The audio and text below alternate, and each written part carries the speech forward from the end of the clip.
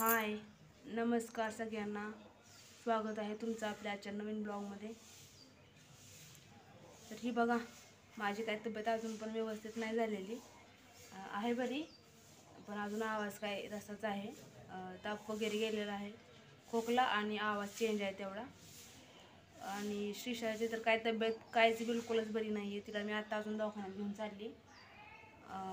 तिला श्वास घेताना पण असं हे होतं आहे, श्वास घेताना तिला त्रास होतोय. बघा आता इथं झोपली श्रीषा. दाखवते एक मिनिट. पाठीमागं कपडे आहेत आपले, हे बघा.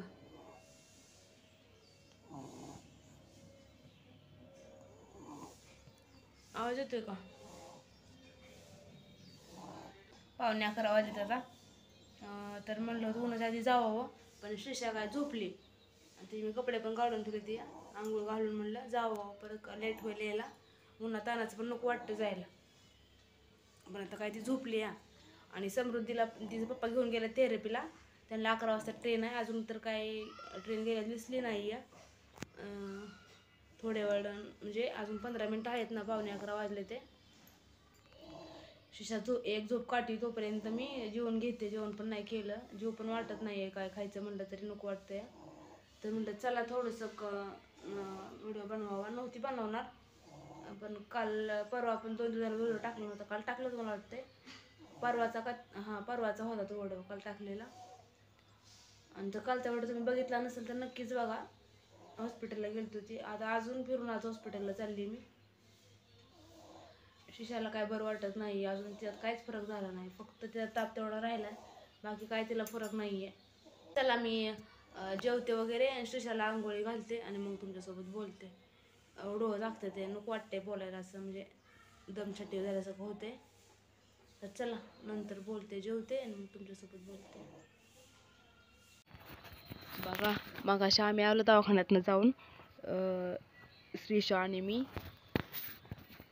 मग श्रीषाला मी औषध वगैरे पाजलं होतं आणि श्रीषा मग झोपलेली. श्रीषाने चांगली एक मस्त अशी झोप काढली. तेवढ्यात पप्पा तिचं आणि समृद्धी, तिला घेऊन गेलते ना समृद्धीला थेरपीला, तर ते आले. मग मी त्या दोघांना जेवाय वगैरे दिलं. जेवण त्यांचं झालं.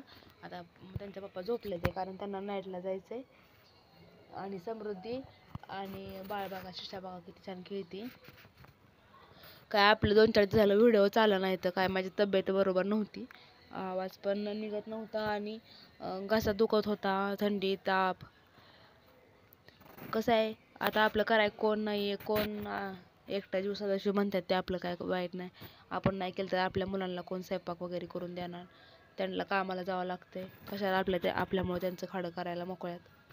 त्याच्यामुळं म्हणलं चला कसं तरी आपलं स्वयंपाक बनवायचा, कुणाला सांगायचं नाही बनवून. असून नसून कोण काय फायदा आपल्याला, जाऊ द्या, काय एवढं लक्ष द्यायचं. चला, तर ही बघा श्रीषा आणि समृद्धीचा खेळ चालला होता. मी व्हॉइस ओव्हर देते. काय आपले तुमच्या झाला व्हिडिओ आला नाही तर, आणि त्यामुळे आपले सबस्क्रायबर पण काय वाढत नाहीत. त्याच्यामुळे म्हटलं चला आता आजपासून आपले नीतीनियमाने ब्लॉग येणार आहेत रोज. आपले सबस्क्रायबर काय वाढत नाहीत, तर म्हटलं चला. हे बघा समृद्धीचा कसा खेळ चालला आहे का. ह्याच्यामध्ये स्टूल आहे ना, स्टूलपाशी बसते. पडदे वगैरे धुतले ते लावायच्यात. 2-3 दिवस झाला आजारी पडायच्या अगोदर काढून ठेवलं, ते लावलंच नाही तर परत मला बसत नाही तर. हे बघा श्रीषा कशी उभारावर एकटीचा खेळ चाललाय. तर चला, काय मग बाकी सगळ्यांचं चाललंय विशेष असं. दवाखान्यात गेलतो, दवाखान्यात पण जायचं लय लांब आहे, 35 मिनटं लागतात चालत जायचं म्हणलं तरी. म्हणजे आम्ही राहतो वेस्टला आणि हॉस्पिटल आहे ईस्टला, तर त्या साईडला इथून रिक्षाने जावं लागतं, पण मी गेली चालतच. मी श्रीषा, ऊन पण लय लागते भरपूर. आणि श्रीषा मी गेलतो. श्रीषाला काय श्वास घ्यायला असं त्रास होत होता आणि चांगली आजारी झाली श्रीषा, जाम होती. आणि श्वास घेताना तिला असं सारखं याच्यात घर करायची. मला लई भीती वाटत होती, म्हणलं काय होतंय काय नाही. म्हणलं तर चला आपलं डॉक्टरला दाखवून आणावं. आधी पण येईल ती 2 दिवस, पण डॉक्टरने आपले रेग्युलर चेकअपला अजून बोलावली होती एकदा, म्हणलं फरक पडलाय का नाही बघायसाठी.